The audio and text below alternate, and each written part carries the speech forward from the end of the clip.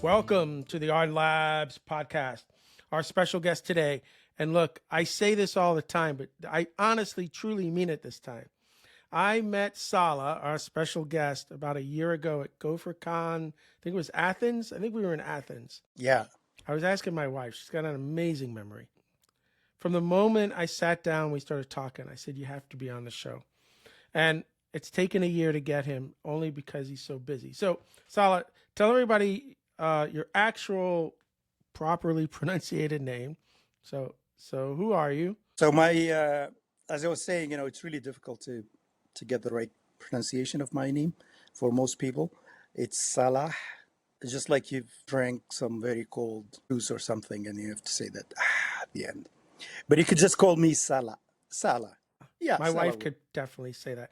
You know, my wife's from Colombia and she speaks Spanish, and there's sounds that she makes all the time, and I'm just like, yeah, never going to happen. I just don't know what that is. But Salah's good. Okay. So give everybody the 2-minute spiel on what you're doing today. Stay in today, because I'm going to throw you in the time machine and we're going to talk about that. But just today, what's happening today? Not much. I mean, being with you is the highlight of today and probably this entire month. I am currently working on a project. It's an international study looking at whether influenza can cause heart attacks and blood clots and brain clots. So that has been consuming all my time for the last, I guess, like a month or so. It's a big study, including multiple countries, including Canada, the US, and some European countries. So that has been consuming all my time. Okay. Now, before I jump in the time machine, I got a couple questions here. Yeah. My sister has a PhD in microbiology, and I couldn't even read the title of her paper. This is how bad it is for me. But in a general sense, somebody wakes up one morning and says, let's do a study on getting the flu and if that's going to cause all these sort of problems. Like, this seems massive. So how do you even conduct a study like this? Is it information trials? Like, can you just briefly talk about how you do that? Yeah, well, there are different levels, of how you do studies like this. One of them, you could just try and do this in a lab under very controlled environments. Take some mice, give them, the flu, see what happens to them. But usually that's not very convincing for people because people will say, well, these are mice, these are not humans. We need data on humans. But of course, you can do what we call clinical trial, which is the ultimate, the best, the most expensive type of studies, which is you give people something and a comparable group of people, you give them a sugar pill or placebo or something that looks like that intervention or exposure or whatever, and then see what happens to them. You can't do that with the flu because it's not ethical, it's not practical. But if I had the flu already and I came in, then it would be a little bit of a different... Right, so that's the trick. The trick is to do what's called observational studies, which is to try and find people who had the flu and see what happened to them after that. Compare them with a group of people who either had a different infection or no infection whatsoever and see what happens to them. The problem is that both the flu, although it looks very common, but both the flu and things like heart attacks that we're looking at are quite rare. So if you recruit, that's the word that we use. I know it's a weird word, but if you recruit 1,000 people, maybe 50 of them will have the flu, right? Which is considered quite common. And then 1 in 1,000 of these people will have a heart attack. So you need 50,000 people essentially just to get one, heart attack in your study. So that's why that's essentially what I do. Has been my career, is try and look at pre-collected data. As you can imagine, it's almost impossible to try and recruit that people directly, calling them and say, could you please join our study or answer our questionnaire. So much data today is private. Like, exactly. Yeah. How do you even get your hands on? Well, we're lucky in the sense that there are some countries, including Canada, Denmark, for example, which are parts of this study, that have socialized medicine. And as part of that deal, when you go and see your doctor or you have diagnosis of something or another, your information goes into a database. So we know allowed who to had access as a medical professional. Exactly. So, I mean, you have to go through hoops and it's a lengthy process. and you don't obviously access identifiable information. They just give you the data, and and you have to lump it probably with other countries, because even a country like Denmark, 7 million people or so, is not enough, to do the study on. So that's why we have, for example, some Canadian provinces. There are systems in the US that have the same facility, like Kaiser Permanente. They have massive databases because I don't know, they have like 50 million subscribers or so. So they collect that information as well. And my job is to try and convince all these people to come together and pull that data together and make sure that the data is comparable and consistent across these different systems and cultures and countries, and then look at the hypothesis there. All right, two more questions before I throw in the Yes, time machine. This one's going to be really ignorant, but I've always wondered this. They say that like pigs are the most closest to humans. So why don't we use pigs more than mice? Is this a great. silly question? No, that's true. And actually, when it comes to influenza, pigs are probably very comparable to humans, and that's why you get most of your new infections, your pandemics. Remember the swine flu Mm-hmm. came out in 2009? They usually come from pigs because influenza is a bird infection, right? And then the bird droppings, get eaten by, or come in contact with the pigs, and the pigs, they have a way of essentially mixing human and bird influenza viruses and generate new mixes that we don't have any immunity for. And that's what causes these pandemics, just like that mixing. So yeah, pigs are probably the best model for influenza in humans. But still, you have the same problem. People are going to say, well, these are pigs. They don't get heart attacks. They don't smoke. They don't drink, all that stuff, right? We need data on humans. So I met you at a Go conference, and you're talking about having to manage and collect massive amounts of data. I'm kind of curious, right before we get into the time machine, I'm curious, what technologies are you using in general to sort of deal with this? Is it any proprietary stuff you built? And I'd love to hear your thoughts on large language models or models in general. That I know there's medical models out there because my Right. son-in-law is in his fourth year of medical school. But I'd love to get your thoughts on some of the AI stuff that now available and if you're able to leverage that or not. Okay, so the first question is about what technologies we use. We use 1960s technologies. And this is a big problem in the healthcare system because of, as you said, laws, very restrictive laws about access to data, and rightly so. You don't want people to be having, other people's health data accessible to them the same way that you have your, Reddit comments or something like that. It's a completely different animal, right, when it comes to that. So that's a problem both for us, people who are trying to use the statistical models that we use to try and understand things like what I said about influenza and heart attacks. It's also a problem for, LLMs because they don't really have the same wealth of data that they would have if they are trying to develop a model to, you know, write JavaScript apps. Yeah.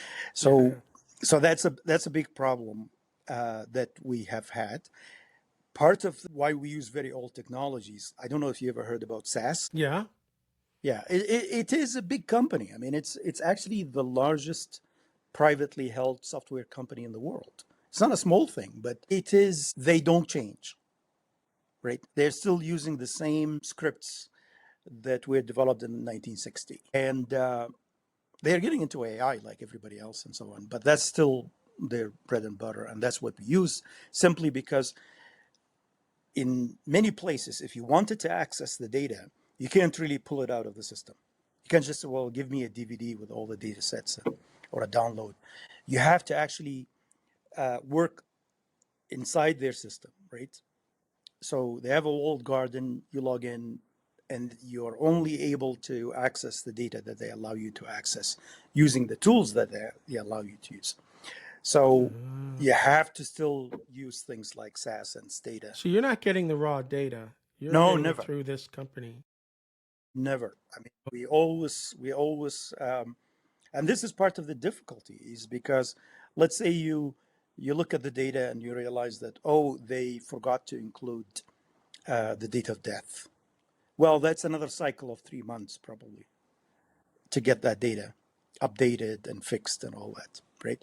Because usually you're doing this with government organizations. They have other priorities, etc. This feels So broken to me, man. it is very broken, and it's very sad because, like, if you look at Canada, for example, there are 40 million people living in Canada. All of them are part of the Canadian healthcare system. They all have data that covers everything that happens to them. Every vaccine they get, every pill they get from a doctor, every visit, every diagnosis, when they died, when they were born, all that information is available. So imagine what you could do if you have access to that information. But what Train a happens model on it all, right? Like if you could exactly? train a model on it. Yeah, and you could predict all kind of amazing things about these people. But the only thing we could do is we could say, look, give us 7 variables so that we could understand the relationship between influenza and heart attack. If you ask for an additional variable, you'll have to write a page to explain why you need that additional variable released to you, right? So it's a very bureaucratic, slow moving process, the opposite of what you do. So I try and inject some interesting and new things, but that usually happens after we analyze the data because then we are allowed to take the results out of the system, right? So that's where, some additional work could be done using interesting technologies, but not before that. And I guess you're also restricted on being able to keep that data somewhere permanent for certain amounts of time, right? You can't keep This, it permanent. Yeah, yeah, you yeah, have yeah. limits on, your study expires, you have to renew your access to it every year. You have to pay $100,000, in some systems even more, for the pleasure of renewing your access to the data. Amazing, dude. Yeah, yeah.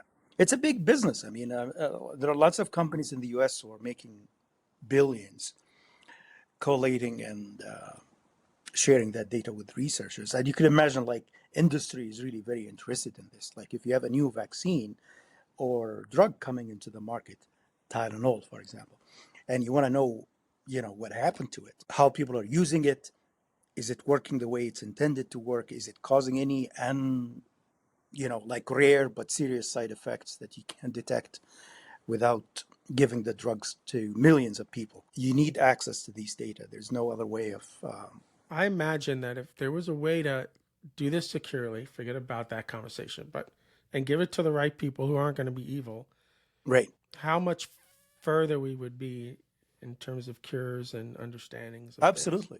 Absolutely. Actually, like, my PhD work was finding an interesting link between taking aspirin and reduced risk of prostate cancer. That wasn't known before, right? So it was very, very interesting to figure that out. It's now established that if you take an aspirin, you reduce your risk of a number of cancers, including prostate cancer. So you found it this way. There is no other way you could find it because prostate cancer is still a rare disease, right? Yeah, yeah, yeah. So Yeah. you have to look at millions of people to be able to study an association like this. And then you get the drug to drug interactions, right? Well, now my blood's thinner. So now if I fall down, I bleed out to death. So which one, what do you want to do? Exactly. Absolutely so. And you need to be able to do it for different types of people, right? Because in these studies, for example, it was found that a drug that was good for white folks, reducing their risk of heart disease following hypertension, people who have hypertension. If you give them that drug, if they are white, they do very well. If they are black, they don't do as well, right? Wow. So you need to have all that information. You need to be able to have access to the ethnicity of people, their gender, their socioeconomic status, their habits, what they do. So, and all that information is collected. Like, every time you go and see your doctor, you have to answer this big questionnaire, right? Yeah, yeah, yeah. And all that information is collected over your lifetime. So we should be able to do really amazing work with this data, except that we have all these restrictions. People ruin it for others. That's what I've always said my whole life, right? You take one person to do something evil or stupid, and the walls Exactly. come up. Exactly. Exactly. All right, I'm going to throw you in the time machine now. So I'm going to ask you one question to start. What year did you graduate high school, or that time in school before you thought about college? And where were you on the planet for that? Well, I was in Libya. That's my home country, and that was 1986. Oh, man. Okay. I graduated in 87, so we're closer than I thought. So Libya, 1986. That would make you like 17, 18, right? We have the same, or are you younger? Uh, well, I was born in '68. I'm not shy. Okay. So same thing. Yeah, yeah. I'm born in 69. So like 17, 18 there. I've never got to talk to somebody who went to, say, high school in that area of the world. So I'm really sort of fascinated. Like, what Right. is it the same? Like, you're going to do your 4 years and there's sports and there's math and there's like, what is it like there? Well, it was not the same because it was a very strange time in Libya. Still is, but that was like peak strangeness because to understand the trajectory of many people like me, you have to understand that we are the first generation that was born after independence for many of these countries. They all got independent in the late 50s and 60s in Africa. Before that, they were all colonies, right? So all these countries were experimenting with new political systems and trying to figure out how to, put together a essentially new country from nothing, and making all kind of mistakes. And in my case, in Libya, we had one of the worst experiences because we had a guy who came to power 1 year after I was born, stayed in power for 42 years, right? So somebody who was concurrent to Lyndon Johnson and Obama. You could imagine how long that is for somebody to Yeah, be yeah, yeah, yeah, yeah. a guy who was, you know, pompous, blowhard, essentially ruled with an iron fist and destroyed the country. So by the time it was the mid 80s, we had 40% unemployment in the country. So that was like, uh, Depression era, Great Depression era style of economy. And and if you're a young person like me at the time, there were no jobs, you know. So and one of the things that he did, especially for young people, is that everyone was in the army.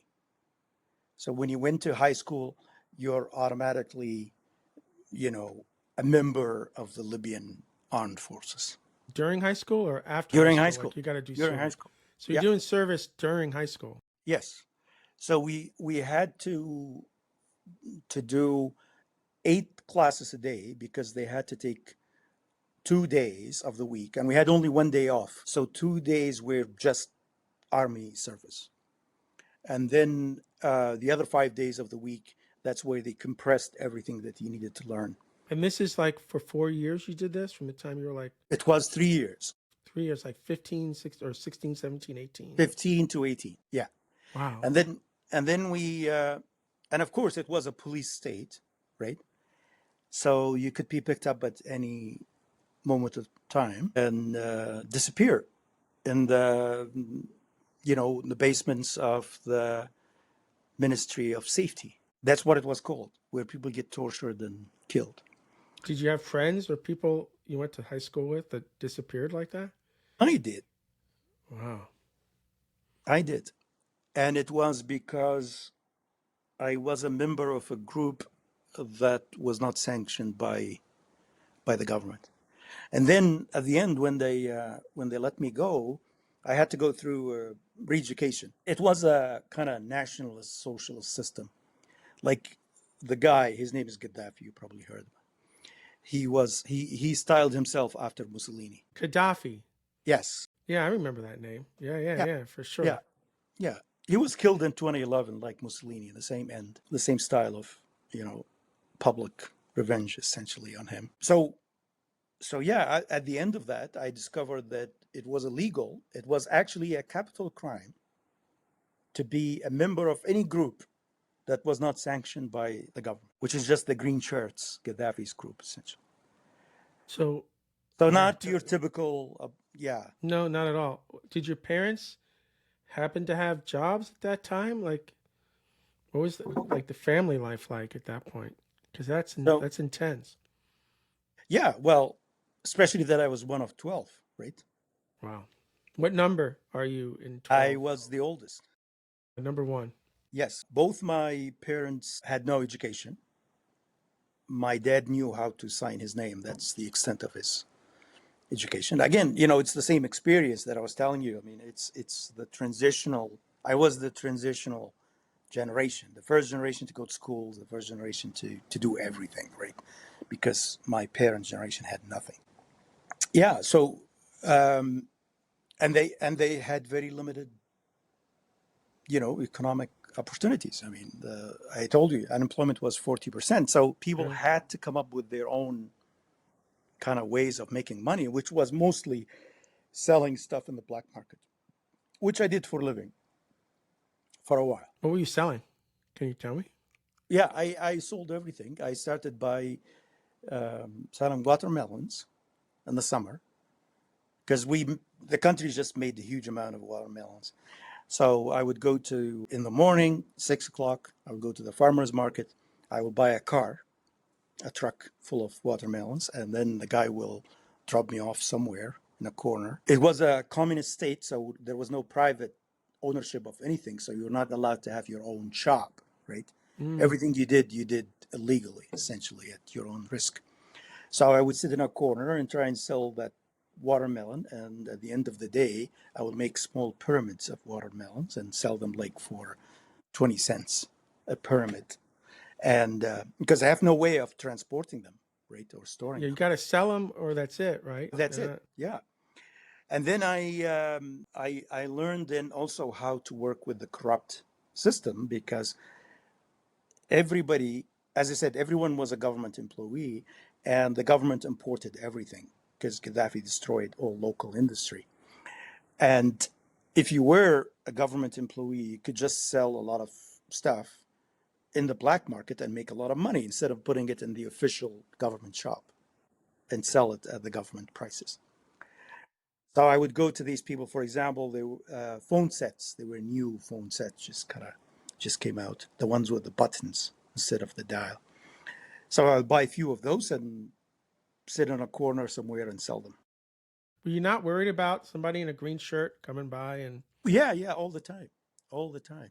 You could be picked up, and I have been picked up a few times. Eventually, I discovered computers. That was the beginning of my kind of transition to becoming while more. you were in the military doing military stuff? Did you see that? Well, it was so PCs started showing up in the country in, I would say, 86, 87. Right when you were graduating, right when you were finishing. Exactly. One of the things that we had at the time is that you didn't choose where to go, right? What kind of training you get or education. You don't pay for education, but the government decides where to go. So when you graduate, when you're Yeah, done, yeah, the government's going to tell you what your next step is. exactly, You didn't have exactly. much of a choice. You didn't have much of a choice. Most of the people actually just continued in the army and they became full-time soldiers. Libya, which was a country at the time of 3 million people, 3,000 tanks, right? Like all the money was going to the army essentially. So, and people, they had no other option, that was the only job available for most people. Some people were sent to other things. I was sent to med school, and that was lucky. Why do you think you were sent to med school? The system is complex. I don't know the rationale for it. It depends on your grades and the needs and the available spots in the government, school and medical But school. somebody must have thought you could handle medical school. Like not Probably, everybody probably, can handle that, right? probably. They factor in your grades for sure. Were you happy about that? Were you like, okay, this is a good gig? No, I didn't really like the fact that it was 7 years in Libya because you went to med schools like the British system, right? Where you go straight from high school to med school, but you spend 7 years in And med that's school. far away, right? That you get on a bus and they're giving you food, lodging. No, none of that. You just get a spot and you have to figure out a way. And that's how I survived mostly, is just by, Mm. that's when I discovered computers, right? And started writing computer programs for a living. But it was in my first few years of med school. Talk more about that, right? Because I don't know of anybody in medical school right now that's playing on computers because you have to learn so much information about Yeah. biology and all the other stuff. Yeah. So, talk a little bit more about that. How did you have access to a computer? Was it, I guess there was a lab. What programming Right. languages? Here at Ardan Labs, we believe in empowering companies to reach their full potential through innovative technology solutions. Trusted by small startups and Fortune 500 companies alike, we specialize in high-performance software consulting, training, staffing, development, and now AI. With over 14 years of experience, Ardan Labs has trained over 30,000 engineers and served over 1,000 companies worldwide. Whether you're mastering Go, Rust, Kubernetes, Terraform, or blockchain, we're your strategic partner for performance-grade solutions. Let's elevate your tech journey together. Reach out to Ardan Labs today.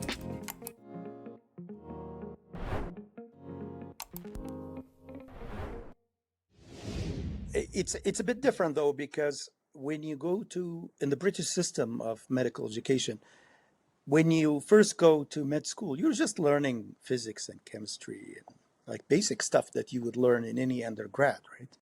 Yeah.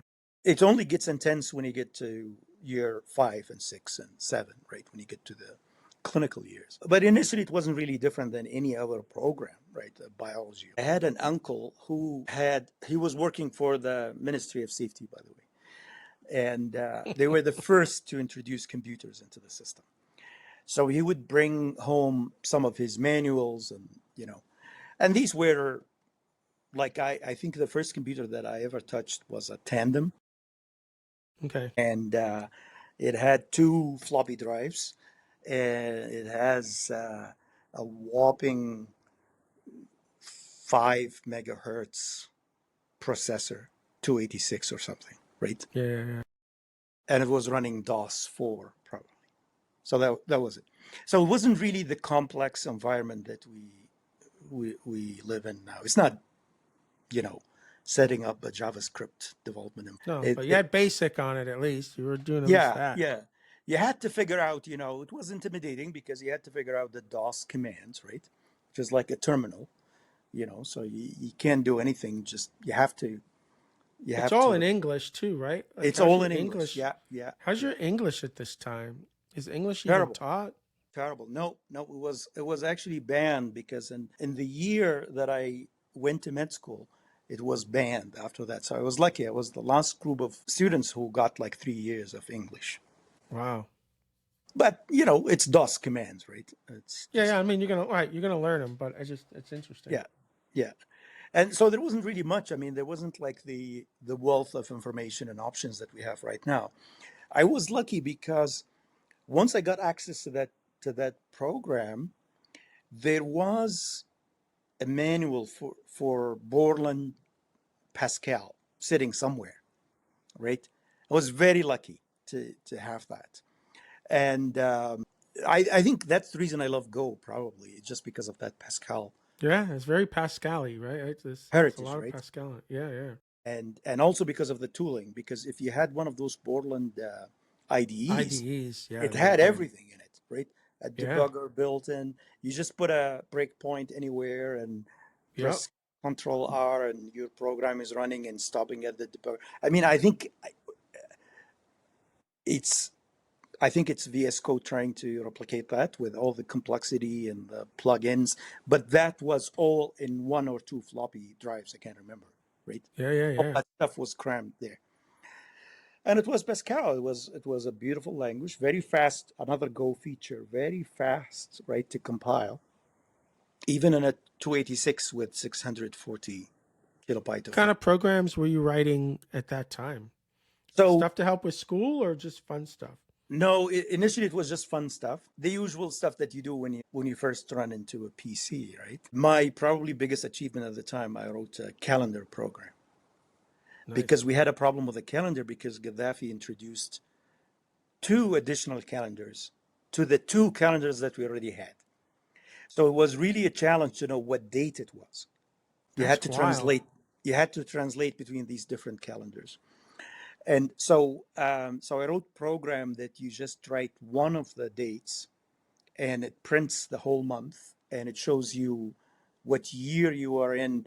It could be 1987 here, it could be 1432 here, it could be 1490 here. So that was my most successful program at the time that people liked and copied and used. I guess everybody can mess with calendars, but nobody can mess with the clock, right? Like at some point, Yeah. you can't mess with the time. Like this is the time. Like what are you gonna do? What are you going to do with that? Yeah. He tried. He changed the names of the days. He changed the names of the months. He did everything possible to distract people from whatever was going on. Right, like every time there is a scandal or a crisis, he would come out and say, "Oh, I know that you don't have milk, but we're changing the calendar." So people now spend like a month trying to figure out, what calendar to use and You what's. can get milk on this day. You just gotta figure out what day that You is. just need you need the Pascal, you know, app to do that. That's mind blowing. Talk to me. So I'm assuming you finished medical school. You did the Yes. 7 years, right? Yes, I did. Yeah. And you're doing all that in Libya. So now it's like 1993. 1993. Yes. Yeah. Okay.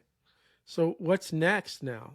Are Well, you there was no future. The country was bankrupt. There was no jobs. My first job was a pediatric emergency room physician, right?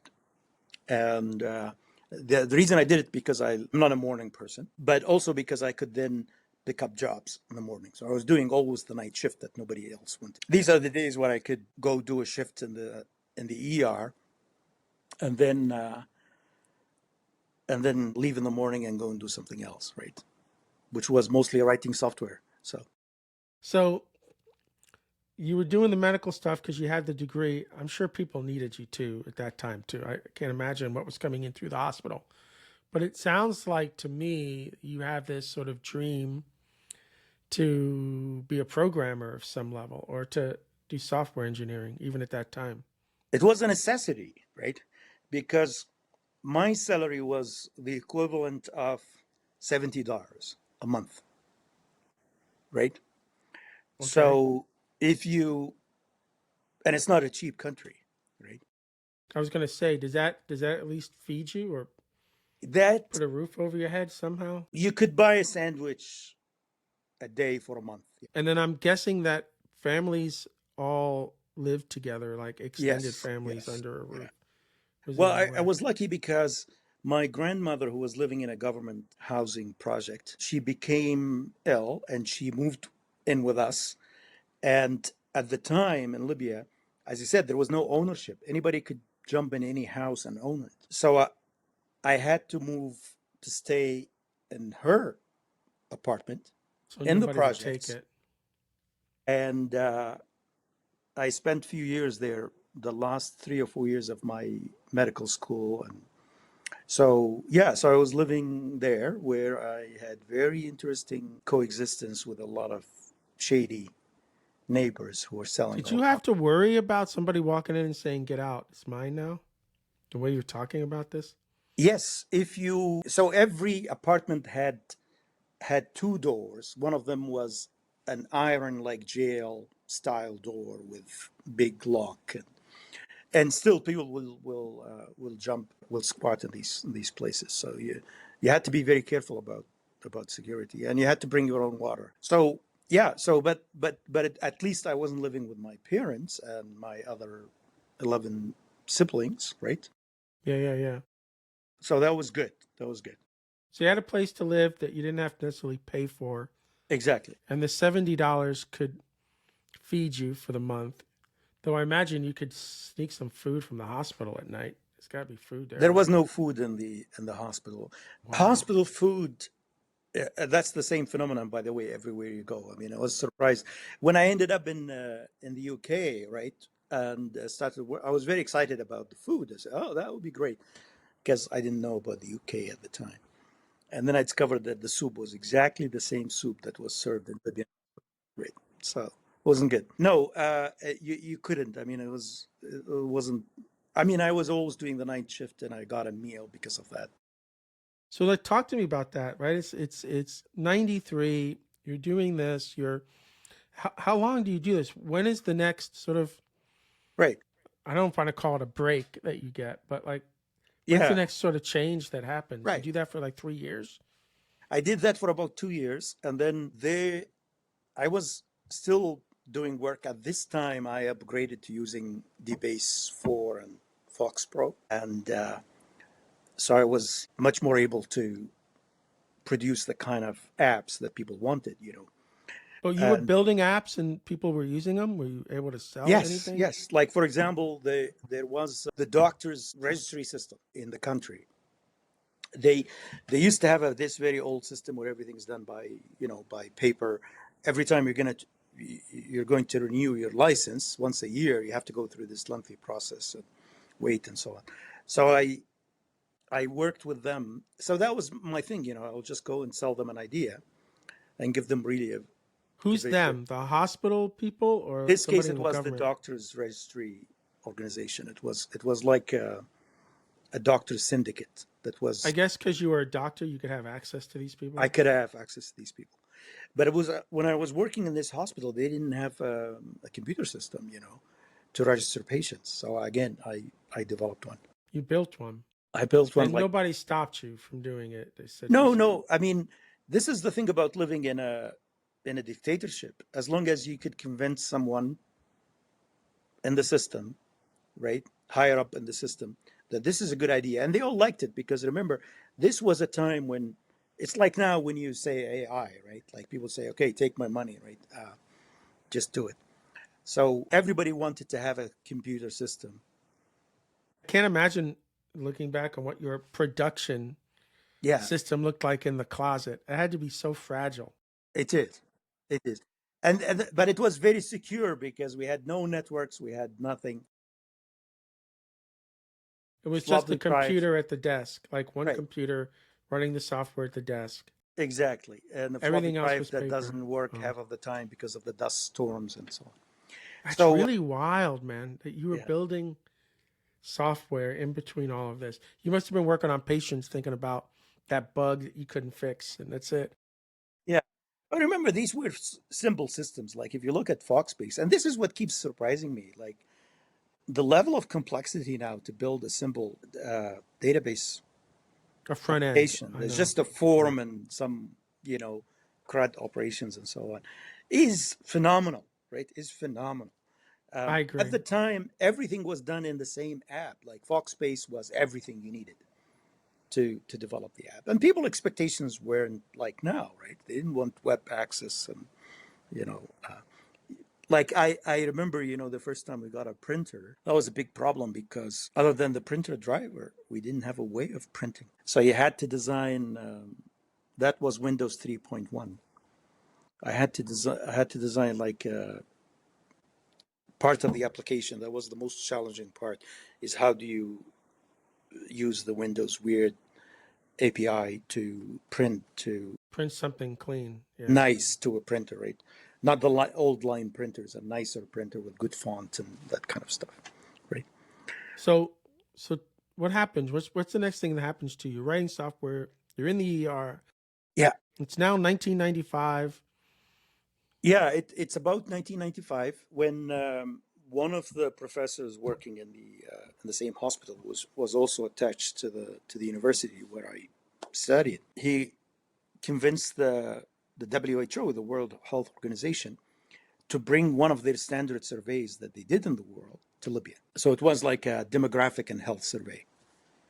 And essentially, they picked about 6,000 families across the country and they filled a massive questionnaire about the women's health, all her, obstetric history, the kids, etc. So they started the thing, and then they realized that they needed to do something with this data, right? And they Which is needed a amazing, right? system When you for think it, about right? it. They weren't going to do that on paper, right? Well, they didn't think about it. That it seems like they just went out and filled these massive questionnaires for every woman and her kids. And then they started looking around and looking for a solution. So they told him that this guy is interested. So he came to me, and through him, so I helped them develop a system, data entry system. And then he said, okay, now we need to analyze the data. So that's when I got into data analysis, pirated copies of SAS, etc. So hold on a second. Hold on a second. You're the computer guy now. Yeah, They've got I can't remember how many thousands of these surveys filled out on paper. And they're like, we need to get this in a computer system. So you build data entry forms for all this. exactly, How exactly. long did question one from there is how long did it take you to build that? Because God knows how many questions were on that form. Right. Well, I mean, it didn't take. It took about maybe 3 months. Again, it's Fox Base, right? Well, that's the other thing. So the database was in this Fox Pro. Right. So it It had was to be a just a pretty simple. big database, though, right?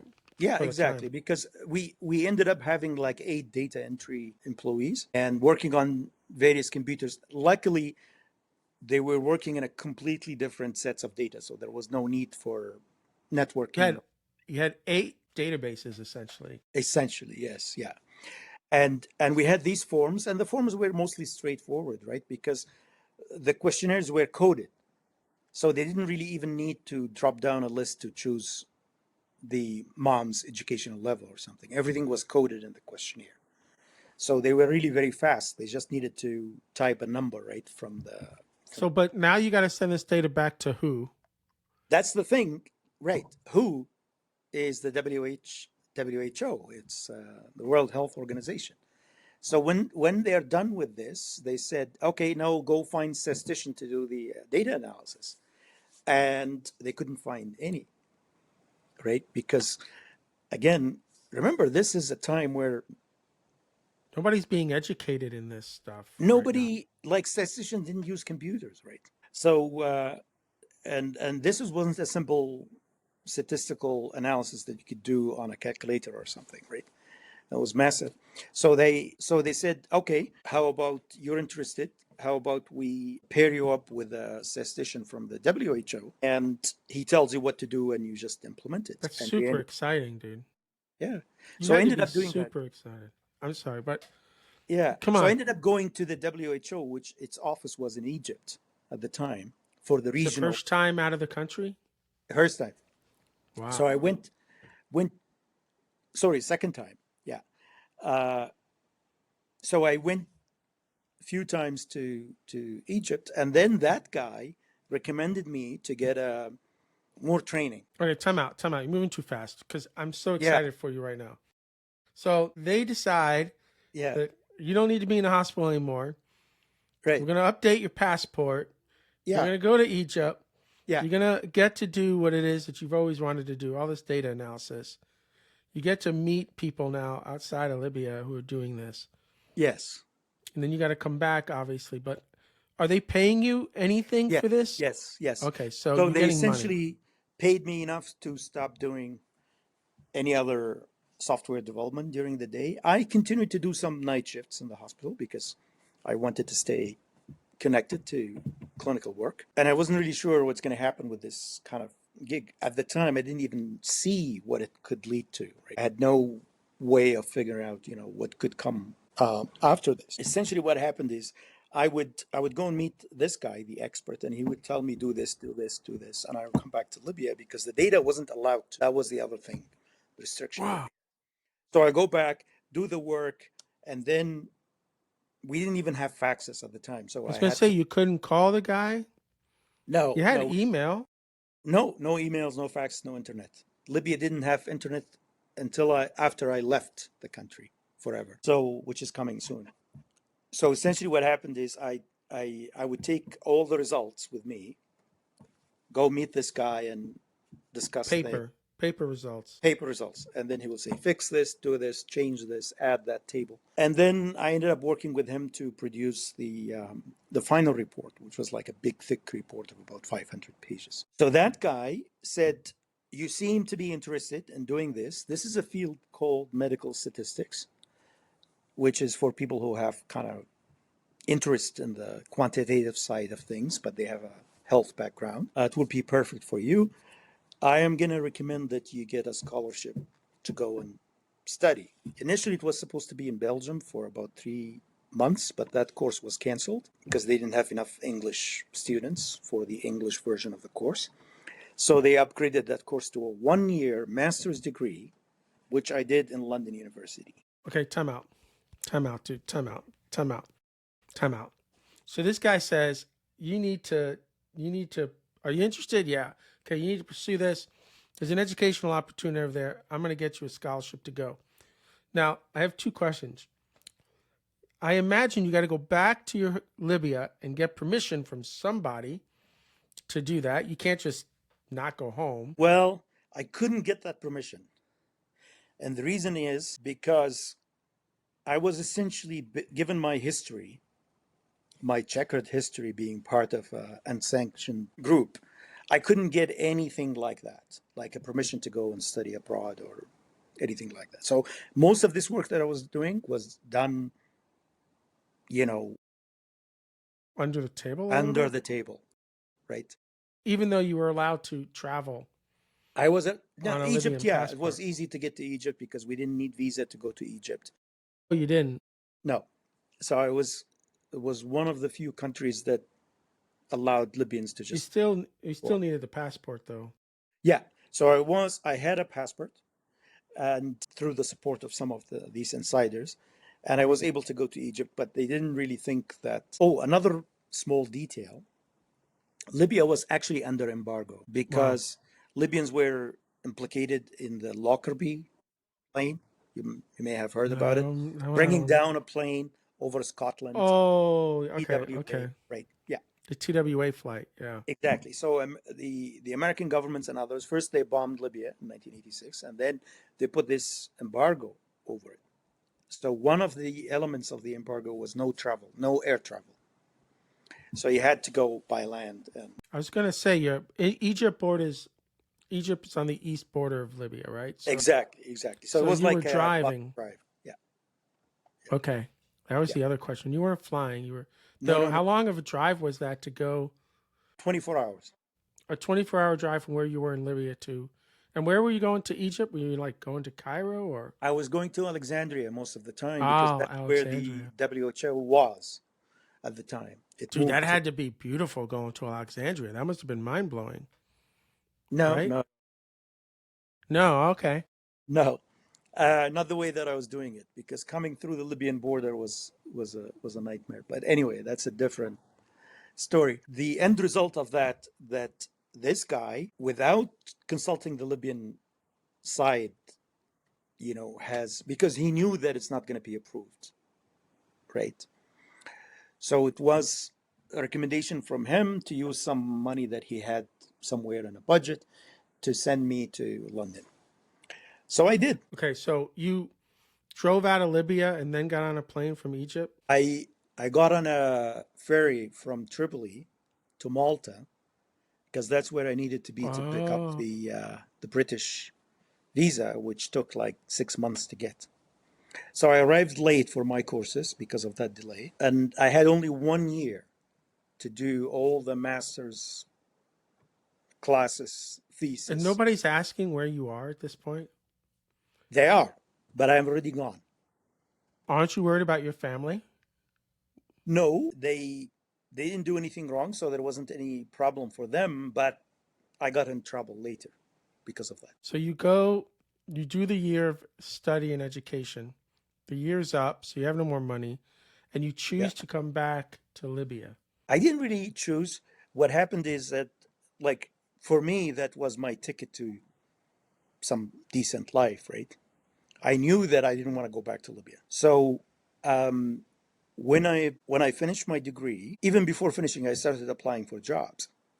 And I actually was hired by Reuters. Yeah, Reuters, the news. Reuters had a medical database branch for some reason.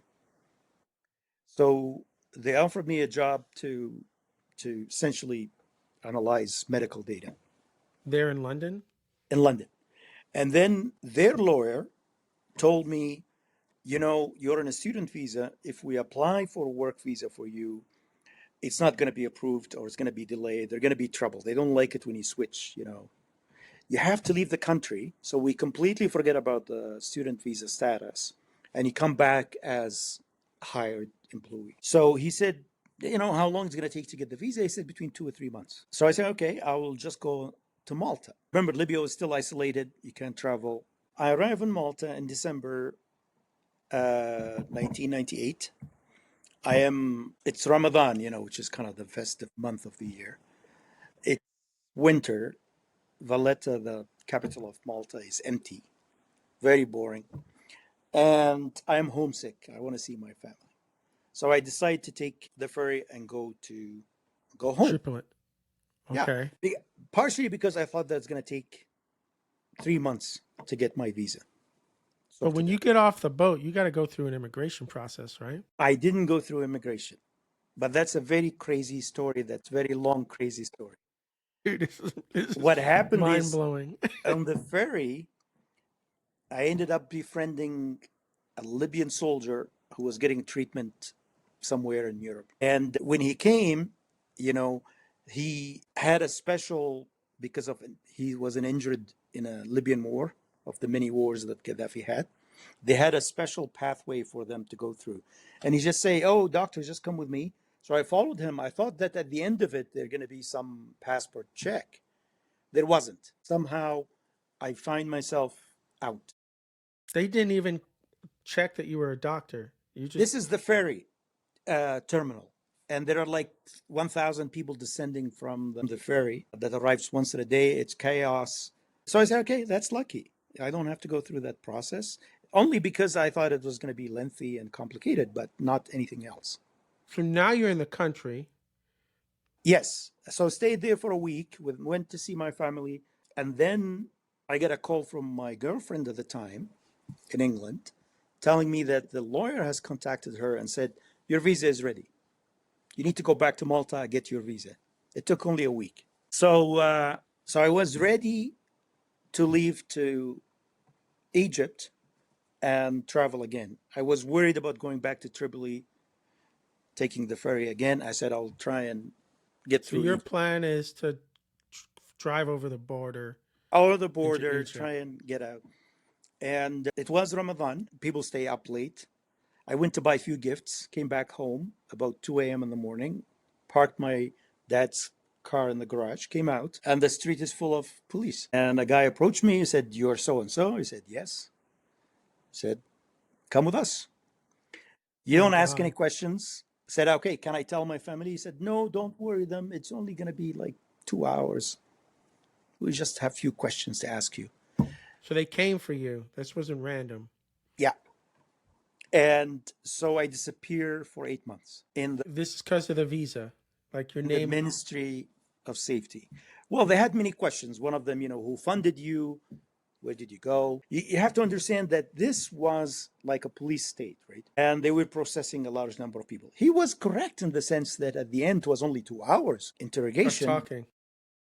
But to get to that point, it took me 8 months. So you're just sitting in a cell? Well, I was moved around a lot because depending on who they had and what they do. But my best time actually was in solitary confinement. Because the problem when you were with other people, you really had no idea who you were with. Yeah. Some of them were Islamists, extremists. So if you don't pray, they might kill you. You're asleep or something. Some of them are police informant. So if you prayed, they might kill you or inform on you. So it was like, damn, if you do that. So I preferred to be alone, actually. It was like a relief not to have to worry about.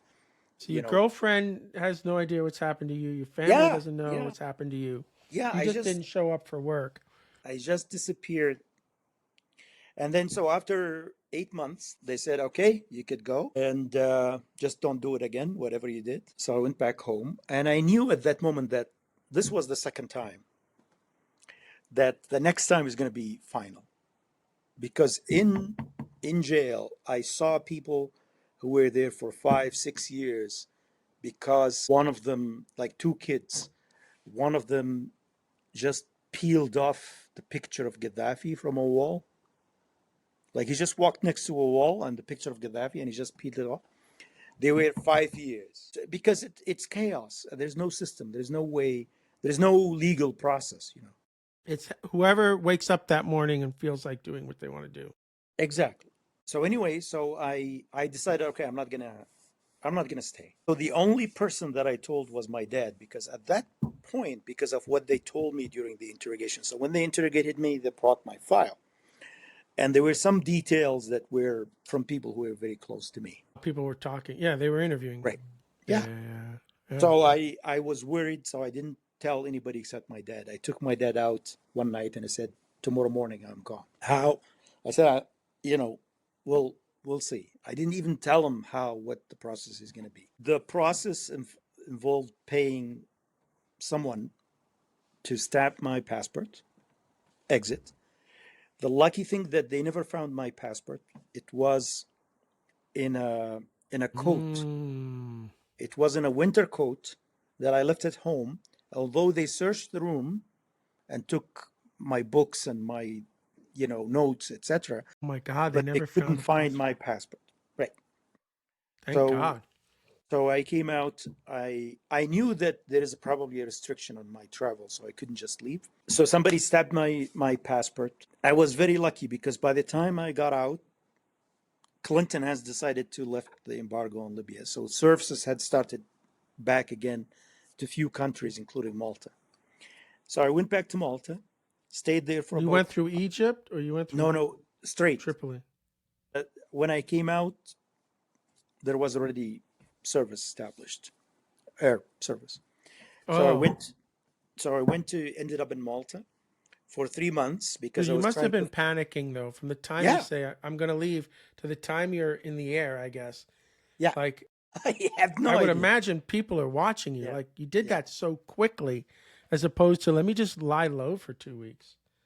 I did it very quickly, and I think that helped me because the way their system works is slow and bureaucratic. So I think if they, like, I was waiting for another process because once you're released, you're actually transferred to your local safety committee, and they're going to interrogate you again. And you didn't, and you skipped that part. So I tried to skip that part as soon as possible before they ask for my passport. But why the plane? You thought the plane was going to be the fastest way? No, because I knew someone at the airport. Okay, that did everything for you. Okay. That for a handsome, all my savings. I would have been panicking until the wheels were off the ground, man. I was. I think the moment I landed in Malta, because I was still in a Libyan airplane, right, full of True, they could have police turned it around, right? Exactly, or even arrest you in Malta. Malta was just like an extension of Libya. So until I arrived in Ireland, I wasn't feeling safe. So essentially, what happened is I tried to get back to England. There was no way. I had lost, of course, my visa. It was really very difficult to get visa to England. But a friend of mine was working in Dublin as a radiologist. So he got me an interview through his boss to come and train as a radiologist there. So it was just like an invitation for an interview. So you For were a able to go fake from Malta to okay. Yeah. So I went to Ireland, and because I was there, I had no degrees, I had nothing. I couldn't work as a doctor. So Your that's degree again, wasn't recognized. I didn't even have it. Like the problem with medical degrees, as you know, is that you can't just show a medical degree. The authorities have to confirm that this degree is authentic. Yeah. So they have to contact your school. And my school is not going to certify my degree, right? That happened I to a knew lot that. of people from Cuba that had to move into the States, right? You Yeah. had doctors pushing brooms because nobody would recognize their medical degrees. I always found that really crazy and sad. Yeah. So I was lucky because when I arrived in Ireland, I stayed there for about 6 months looking for a job. And then I ended up working for the Irish Cancer Registry as a Delphi programmer. Okay, time out. First of all, did you even your girlfriend's gone at this point. She's like, Well, dude, you she disappeared. I disappeared, and of course I contacted her once I get to England, and she said that she heard from some of my friends in Ireland that I was disappeared involuntarily, and she would come and visit me in Ireland, but I couldn't go to England. So you lived with your friend for 6 months in Ireland, and then you were able to get this job being a Yeah, Delphi programmer. yeah, What year is yeah. this now? This is like 2000? This is yeah. I celebrated the millennium in Ireland. Yeah, for sure. I remember that. Yeah, and the Irish just transitioned to using the euro, so I have very When fond were you memories. able to communicate with your dad again at that point? It was very difficult because all phones in Libya are monitored, right? And I don't want to cause more trouble because this time they came and they interrogated everyone in the family and When you didn't show up to the local yeah, office, like yeah, I imagine, I am shocked yeah. that they didn't take the brunt of your, right? Because isn't that what these guys do? They They say, did. we're going to beat up your family, They right? harassed my family for a while, yeah. And your Uh, parents, were they just like, well, I'm they kind said of we have no curious. idea what this guy is doing and what he's up to, right? And it's very believable because I actually kept them in the dark and they didn't know. I guess I'm Sadly, I had to. curious. Were they, I interrupt a lot, but were Yes, they, at the end of the day, are they still alive? yes.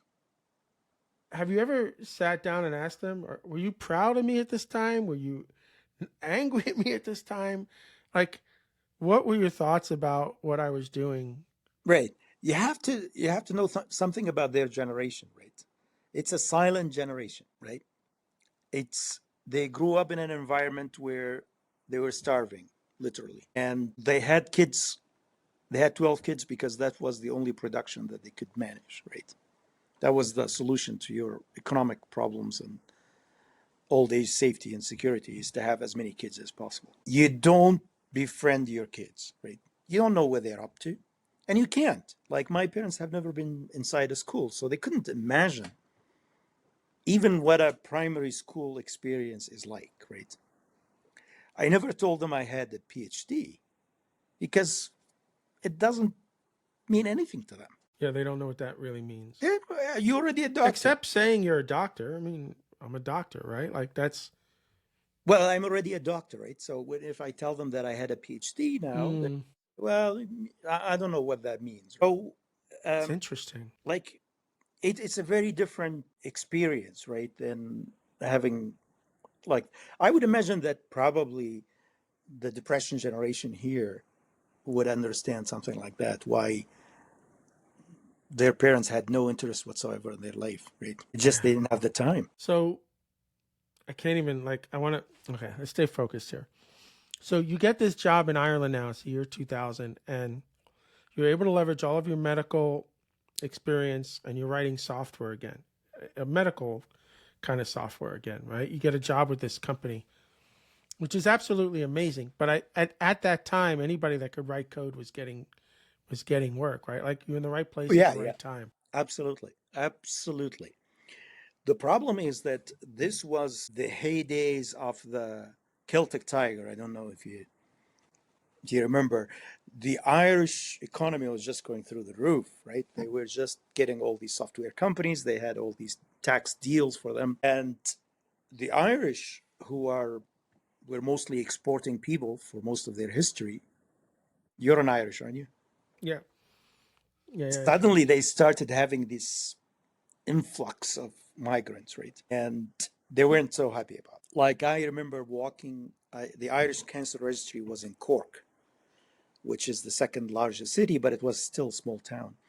I was walking in the main street, and where they had all the main, the court and the police station, the main fire station, etc.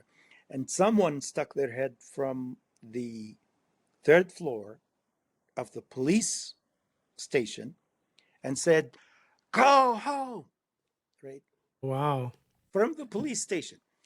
So I wow. knew that I had no future in that country. I had to renew my visa every year. And if you didn't have a job, you couldn't renew your visa and you had to leave. And for me, I had nowhere else to go. I would have to go back to Libya or something. Right. Yeah, which is not happening because they're It's going not to happening. disappear forever. Exactly. So I started looking for other options, and that's when I found about Canada, right? Canada just introduced fast track immigration program for IT personnel. This was the internet boom. There was a Canadian 2001.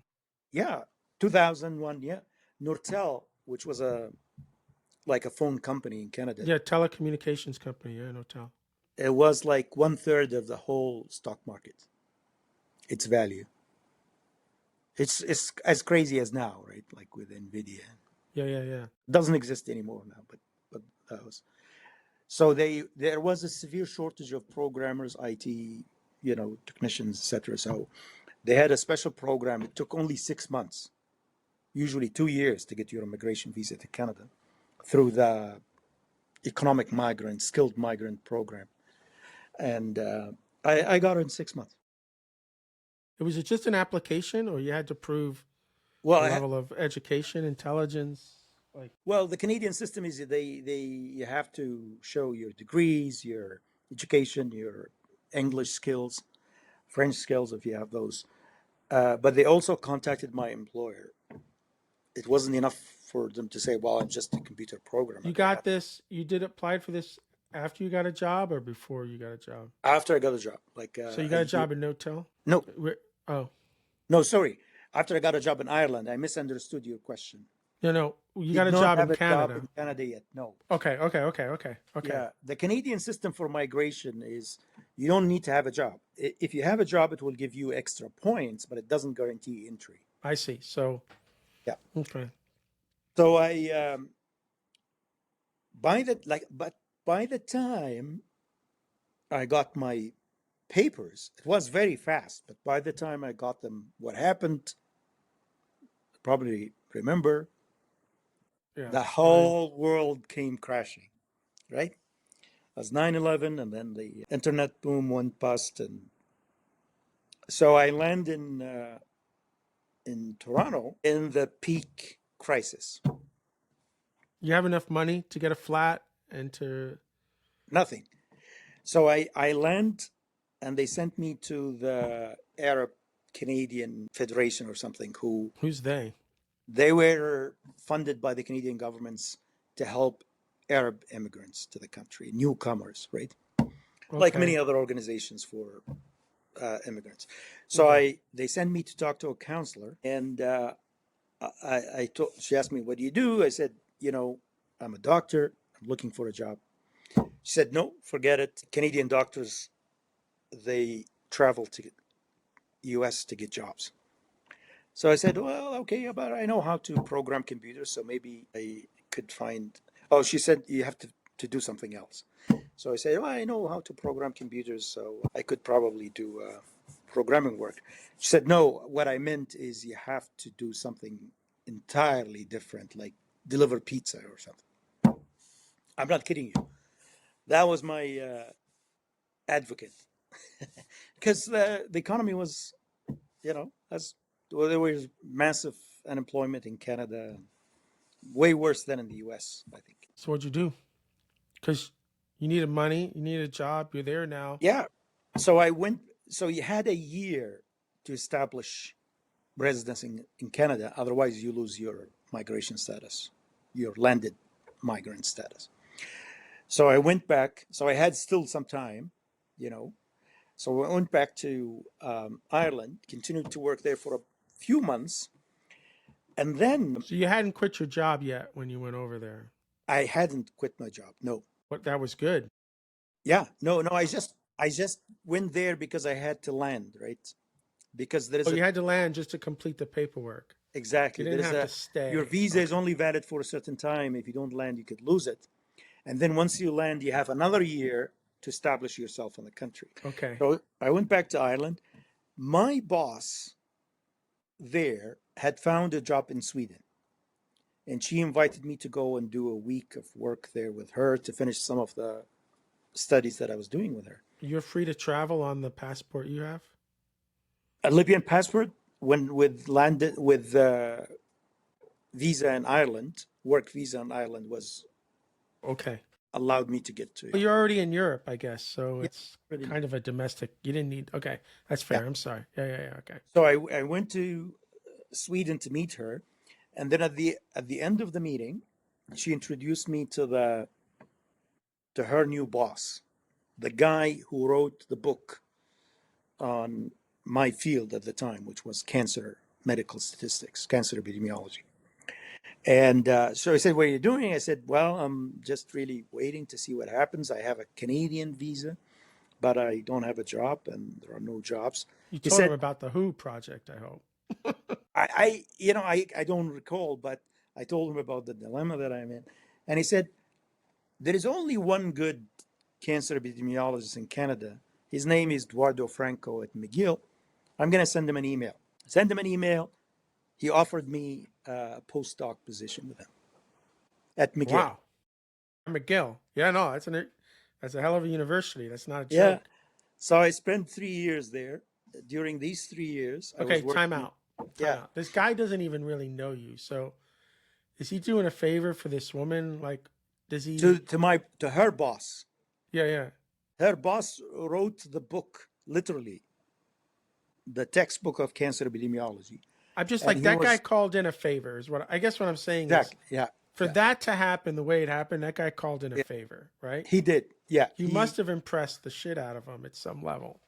I don't know what happened, but somehow he recommended me to this guy who was looking for a postdoc, and he hired And you me. had your paperwork already. Like, it's just Yeah, get back yeah, on a plane. yeah, exactly. So in a few months, I was back at McGill this time. So I spent Wow. 3 years in Montreal. During this time, I did all my medical exams, licensing exams, etc. Do you have to go back to medical school, or you just have to study for the No, you just exams? have to do these it's a complicated process, takes about 2 years. Are you worried that the education you got maybe wasn't, even though you were practicing, wasn't good enough to pass Yeah, these exams? yeah, I was. But I didn't really have many options. I knew that at the time as a postdoc, I think my salary was 30K Canadian. Yeah, but that's like the most money you'd ever made in your life at the No, time. I know, absolutely. I mean, you're like rich at that point. Yeah, but when you look at Canadian doctors and kind of the money that they were making, because I was working with them, I was at the Department of Oncology at McGill. I said, yeah, no, there's no future here. So I ended up going back to clinical practice Wow. So you until last. studied. So wait, you got that job doing the data science, but you did everything you had to do at the same time. I mean, it's not like, yeah, I mean, you're not married or anything else. Like, this is, No, now's the time to do all this, right? Not sleep yeah, again. yeah, And in a couple of years, you get your Canadian medical license while you were still doing more data science stuff with yeah, the oncology yeah, at McGill. So I guess you got a discount on the classes too because you were there already. yeah, absolutely. That's mind Yeah, blowing, bro. yeah, Mind blowing. Are you able to send money? From my perspective, you're like rich now. So yeah. are you able to send money back home Yes, ever? yeah, yes, always. That's something that's I told you, that's their only safety net, right? Is us. So yeah. But the thing about all of this, Bill, is that whenever I couldn't practice as a doctor, Pascal was there for me, right? Yeah. Yeah. Yeah. Yeah. So, and then what happened? You get hit by a wave of Java and JavaScript, and I liked C, but I could never see it as a practical language for the kind of applications that I was working on, mostly data analysis, and So fast. until So let's kind of summarize the last 20 years because yeah, I feel like once you get this in Canada, you're now properly established yeah, outside of Libya, right? Like you're yes, now in the machine, a strong machine, right? And so where does life kind of take you over the next sort of 20 years? This balance of clinical medical practice and yeah, software? yeah. So that was the privilege that I had, and That would allowed me to always kind of find a gap in the system where somebody with computer skills and clinical and medical background is needed, with a dash of understanding of statistics and math and so on. When I started working, I ended up essentially working 3 days a week as a clinician and 2 days initially as an assistant professor doing this kind of work, the data science work, essentially. Just looking at the big databases in Canada, using them to try and understand how vaccines are working in real clinical practice. I think it's fascinating to me that you've been able to leverage both this sort of medical background, and every time you could get back to being a doctor, practicing doctor, you sort of did that. But your safety net was always your ability to write code and analyze data and sort of medical data. And that's always sort of kept you afloat until you could get back to being sort of a doctor. And it's really interesting because you've never let go of the two, and you've always found a way to sort of marry the two. Yes, yes.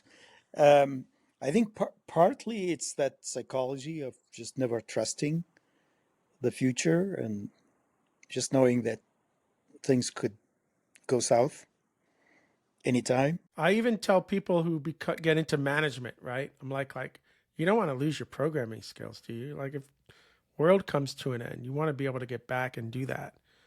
I always do. Yeah, no, absolutely, exactly. And even in this time of AI, and I tried to use the systems that are available, I don't really see them as being able to replace a competent developer, right?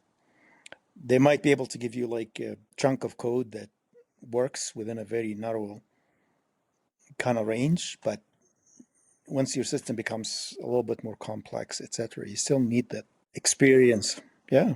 What I'm finding is I'm turning it off now when I'm in a programming mode where I'm just trying to figure something out. I'm Right. like, get out of my way. And then when I'm in an engineering mode, I kind of want it just working with me.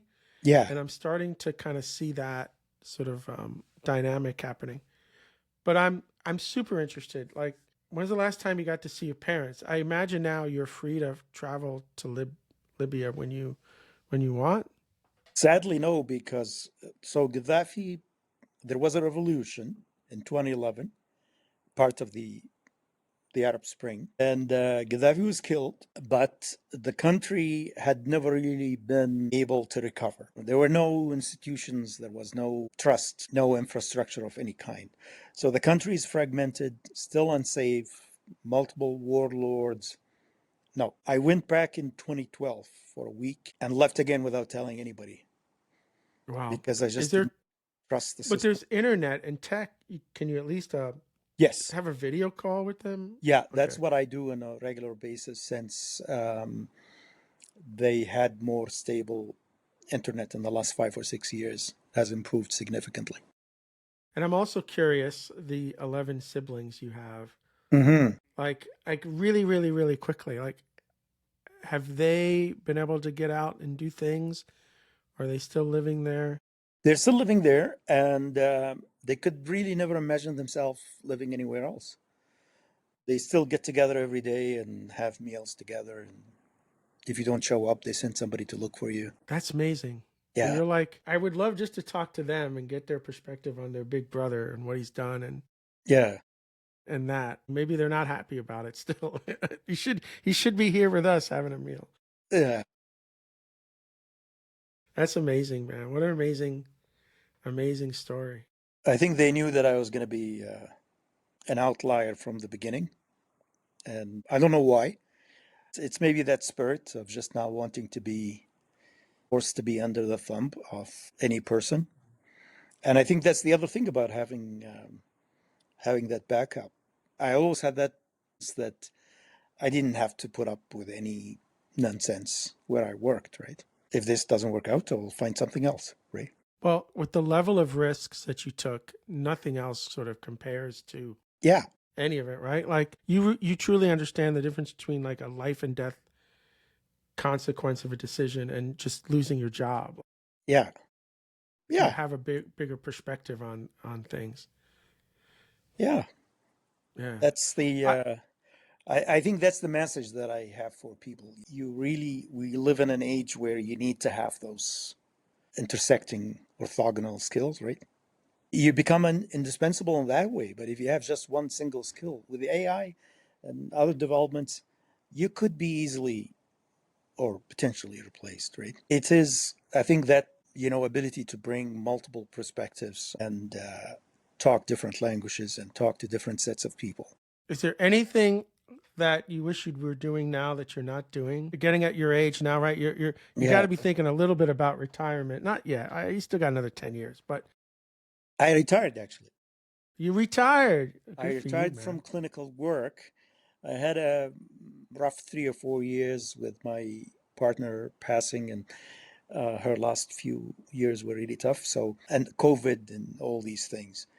I am only doing the science part of my work right now, the research, and it's only because I have few projects that I really like to finish. But I'm kind of curious. We have a little time here.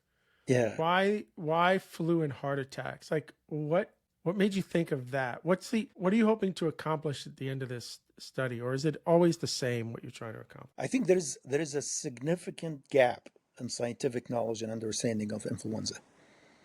We had an influenza vaccine for more than 100 years. People sometimes don't know that. It probably was the first vaccine ever introduced, the US Army. So people take influenza for granted, right? Oh, just the flu, right? But there is so much that we don't understand about it. And it has a capacity to be devastating.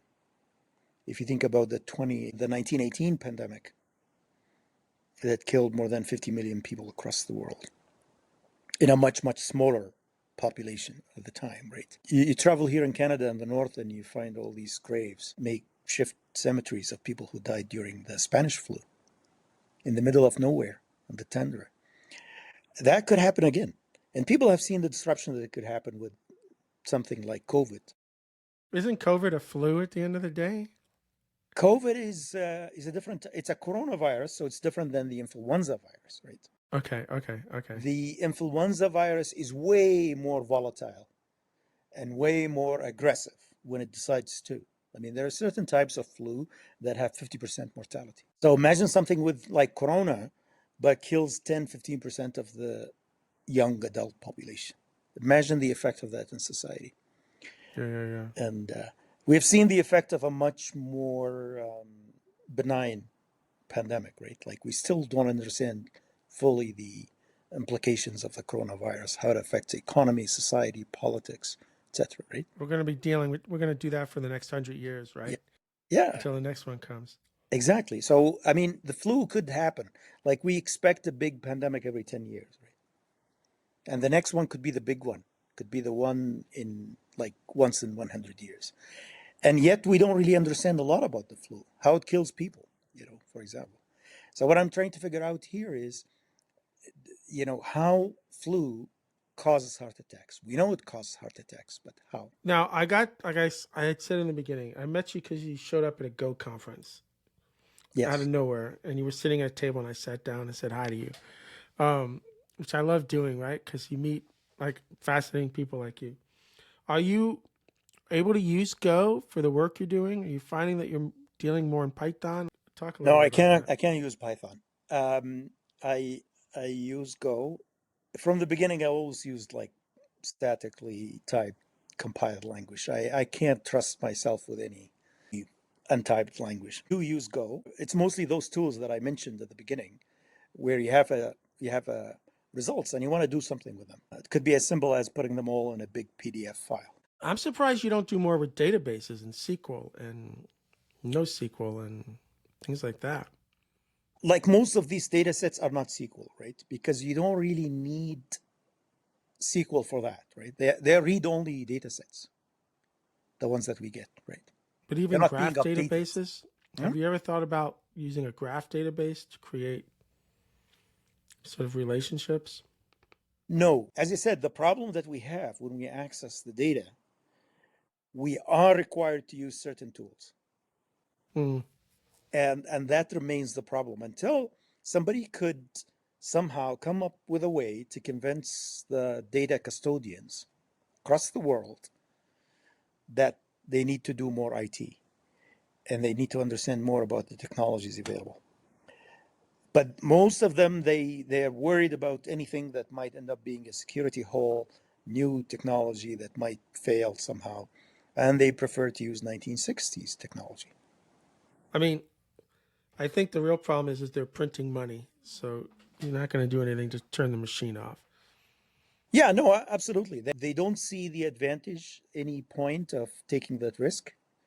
And that has been the story. I mean, most of these people are really good at what they do.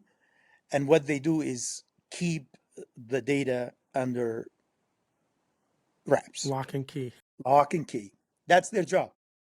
And for them, we are just a nuisance, right? We are those people who come in with these ideas and they want to access the data and they want to do different things. And no, just stick with the.